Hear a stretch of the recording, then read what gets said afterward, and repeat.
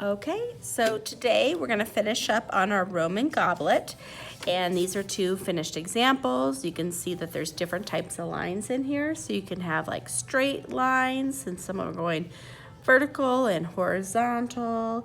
You can have curved lines, bumpy lines like this one. You could have maybe zigzag lines. There's some kind of zigzaggy lines right here. So any kind of lines to make it look interesting, okay? So these are just some examples. And then right here are some student examples of what they've created in kindergarten. So I have mine, it's already dry. I have the tissue paper all the way here. If you didn't get all of your tissue paper done, we can still do the gold over it and it'll still look beautiful, okay? And we're gonna use this gold paint here, and then we're gonna use a smaller brush, okay? So one thing with the gold paint, you don't wanna glob it. You don't wanna have this huge glob of paint like this on there because it's just gonna make a big mess. So you just want enough paint that it kind of covers the brush like this. And I'm going to put mine sideways. I'm going to draw a straight line, or paint a straight line on here. And I'm just going all the way here. My brush is getting a little dry, so I'm just going to dip it back into the paint. And I'm going to do a little line here. And it's okay if you have some areas in your line that are a little thicker with paint and some that are a little thinner. Maybe I'm going to have another little line right below it.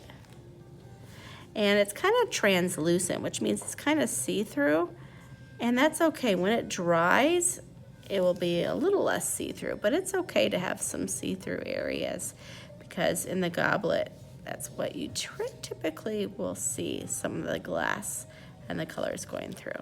So I started off with some straight lines. Maybe I have some lines inside here, so I'm gonna have additional straight lines, but these are going vertical. Make sure you can see all that. And notice, look at this. I did my brush once, and I'm getting all these lines drawn with that one dip. Maybe I can go in here, and I'm gonna have some curved lines,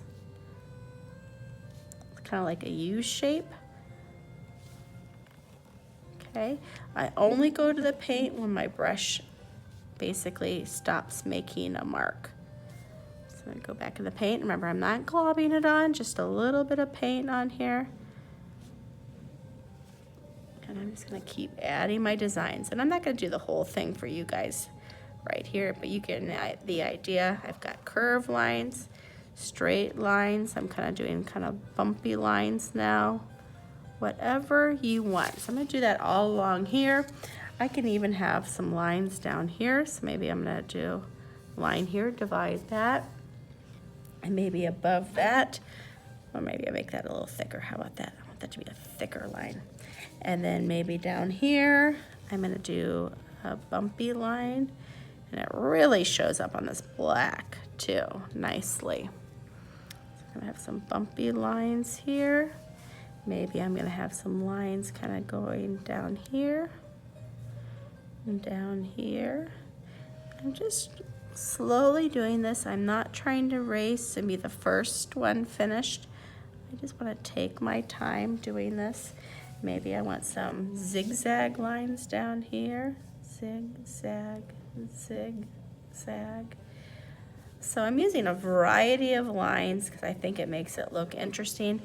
I could draw circles inside mine, whatever I want. Okay, but I am not trying to paint it all in gold. I want to see this black paper because that's going to give it a nice contrast between the bright gold and the dark black.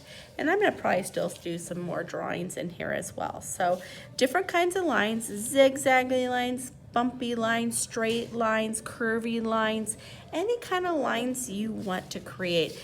And you're going to do it on this part, the goblet part, and you're also going to do it down here on the stem and the base. And then when you're finished, you're going to very carefully take this over to a counter so it can dry, and then we'll be taking them home next time.